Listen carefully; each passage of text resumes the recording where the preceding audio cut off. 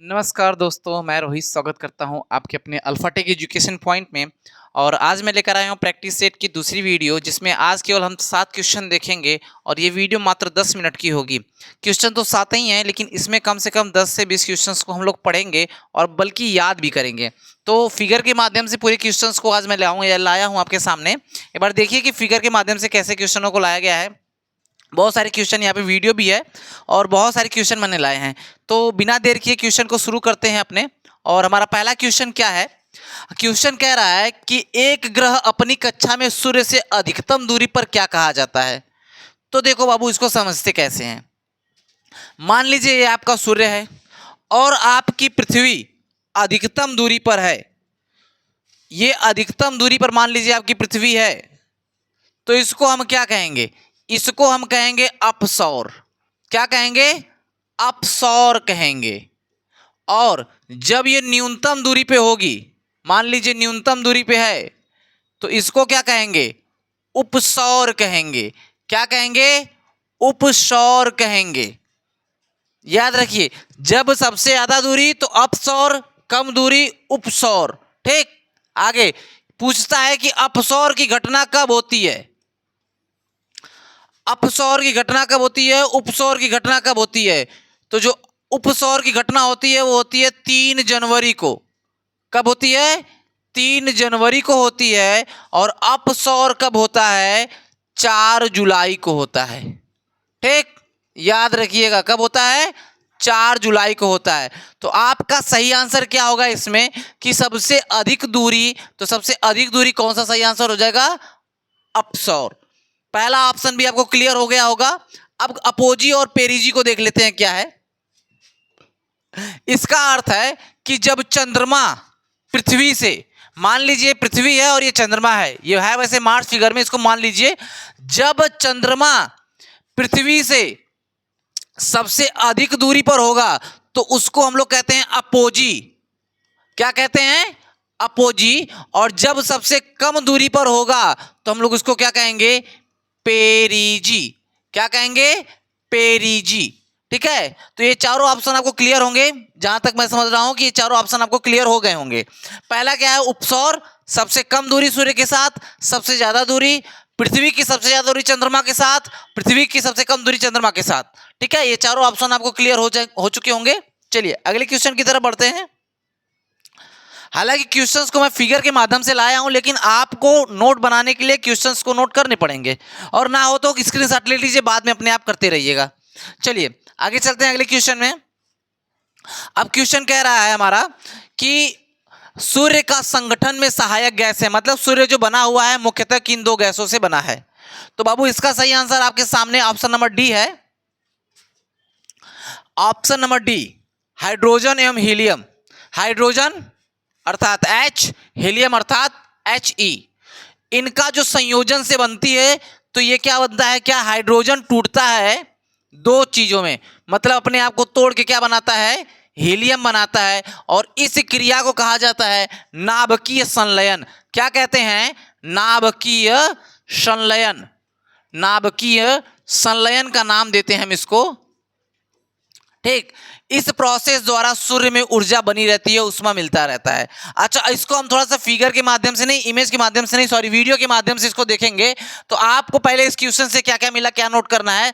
Hydrogen और helium से बना है आपका सूर्य, और हाइड्रोजन की मात्रा जो है सूर्य में वो है लगभग 74%, और शेष क्या है आपका?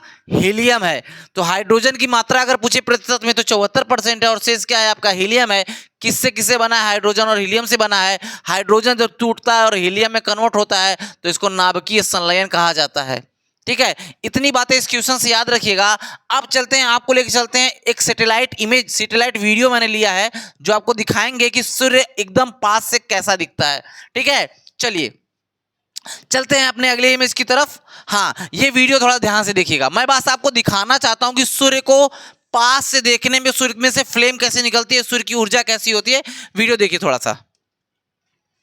ये देखिए आपके सामने सूर्य की इमेज है, जो सूर्य चक्कर लगा रहा है, सूर्य भी घूम रहा है अपनी दूरी पर, और आप देख सकते हैं इसमें से फ्लेम निकल रही है, कितनी तेज ये फ्लेम निकल रही है, और आपको देख के बड़ा रोमांचक फील हो रहा होगा। लेकिन इतने पास से आज तक आपने कभी सूर्य को नहीं देखा होगा। तो थोड़ा सा देखिए इसमें कि ये सूर्य की जो ज्वालाएं वो निकल रही हैं, इसमें से ये नाभिकीय संलयन द्वारा ये क्रिया होती है। चलिए क्वेश्चन में आगे बढ़ते हैं। चलिए अगला क्वेश्चन क्या कह रहा है, भारतीय मुसलमानों को पृथक राज्य के लिए, बाबू क्वेश्चन को थोड़ा सा ध्यान देने की जरूरत है।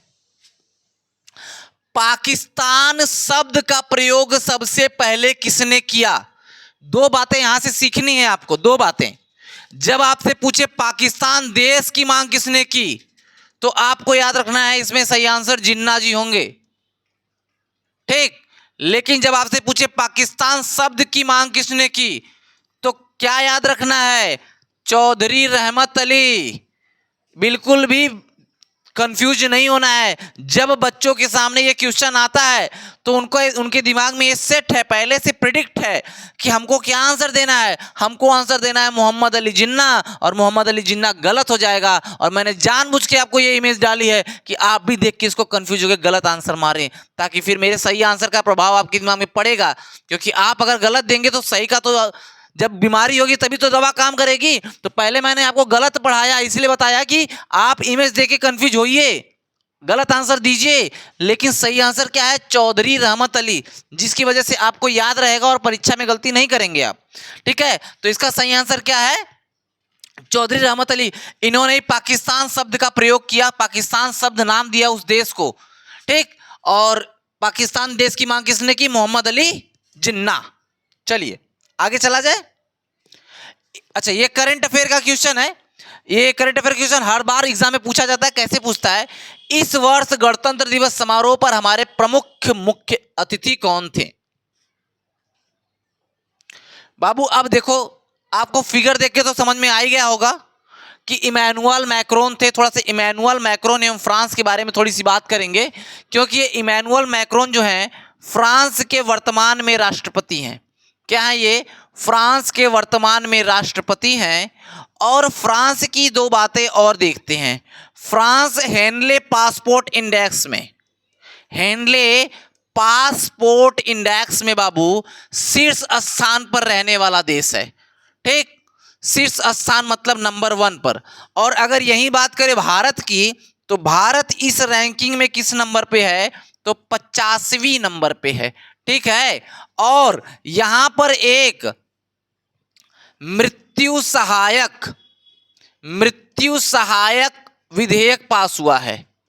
सहायक विधेयक पास हुआ है। इसका अर्थ क्या है बाबू? इसका अर्थ यह है कि जैसे कोई ऐसा मरीज है जो बहुत साल से बिस्तर पर पड़ा हुआ है लेकिन उसकी मृत्यु नहीं हो पा रही है, किसी ऐसी बीमारी से ग्रस्त है जिसमें उसका मर जाना ही सही है, तो ऐसे में ऐसा विधेयक लाया गया है कि उसको डॉक्टर ऐसी मेडिसिन दे के उसको आसान मृत्यु दे सके। तो ऐसा विधेयक लाने वाला देश कौन बना है? आपका फ्रांस बना है। और हेनले पासपोर्ट इंडेक्स याद रखिएगा, शीर्ष नंबर पर फ्रांस रहा है। और वहीं के राष्ट्रपति आपके इमैनुअल मैक्रोन, जो कि भारत के गणतंत्र दिवस पर अतिथि थे, ठीक है। इतनी बातें आपको केवल एक क्वेश्चन से याद रखनी है। अगर आपको क्वेश्चन सही लग रहा हो, पढ़ाने का तरीका सही लग रहा हो, तो बिल्कुल वीडियो को लाइक कर दीजिएगा। सब्सक्राइब करने के लिए नहीं कहूंगा, क्योंकि आप वीडियो में केवल अंत तक बने रहिए, बस मैं यही चाहता हूं। क्या है कि क्वेश्चन 7 ही हैं, ज्यादा टाइम नहीं लूंगा। चलते हैं अगले क्वेश्चन के साथ। कम समय में ज्यादा कंटेंट देने का प्रयास करता हूं, आप बताइए। अच्छा, पिछले क्वेश्चन में कुछ छूट रहा था, चलिए थोड़ा सा नाम और डिटेल कर देते हैं। ये कौन कौन है? ऋषि सुनक क्या है बाबू? तो आप लोग को पता होगा कि आपके इंग्लैंड के वर्तमान में प्रधानमंत्री हैं। इंग्लैंड के प्रधानमंत्री कौन है? ऋषि सुनक। ये भारतीय मूल के हैं, भारत के हैं, ठीक। इमैनुअल मैक्रोन को मैंने बता दिया। जो बाइडेन यूएस के वर्तमान में प्रधानमंत्री, और ये यूएन के अध्यक्ष, यूनाइटेड नेशन के अध्यक्ष हैं। ये बातें भी आप याद रखिएगा। यूनाइटेड नेशन के वर्तमान में अध्यक्ष एंटोनियो गुटारेज, वर्तमान में यूएस के राष्ट्रपति। जो बाइडेन, इमैनुअल मैक्रोन राष्ट्रपति कहां के? फ्रांस के। ऋषि सुनक प्रधानमंत्री कहां के? यूके के, अर्थात यूनाइटेड किंगडम के। चलिए अब चलते हैं आगे क्वेश्चन में। अब ये क्या कह रहा है कि भारत में बाघों की गणना वर्ष में कितनी बार की जाती है। तो थोड़ा क्वेश्चन में मिसमैच कर दिया है कि कितने वर्ष में की जाती है। तो 2 वर्ष में की जाती है, 2 वर्ष में एक बार गणना होती है। और एक क्वेश्चन आपके लिए छोड़ के जा रहा हूं, भारत को छोड़ के किस देश का राष्ट्रीय पशु बाघ है। आप कमेंट बॉक्स में बताइएगा कि भारत को छोड़ के किस देश का राष्ट्रीय पशु बाघ है। चलिए आगे चलते हैं। अगला क्वेश्चन क्या है हमारा, अगला क्वेश्चन है, हाल ही में केंद्र सरकार 16वें वित्त आयोग के चेयरमैन के रूप में किसे नियुक्त किया है।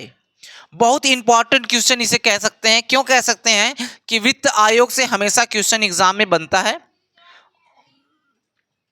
चलिए कह रहा है 16वें वित्त आयोग के चेयरमैन कौन बने हैं। तो आप फिगर में देख सकते हैं अरविंद पनगड़िया जी हैं, जो कि इस बार 16वें वित्त आयोग के अध्यक्ष बने हैं।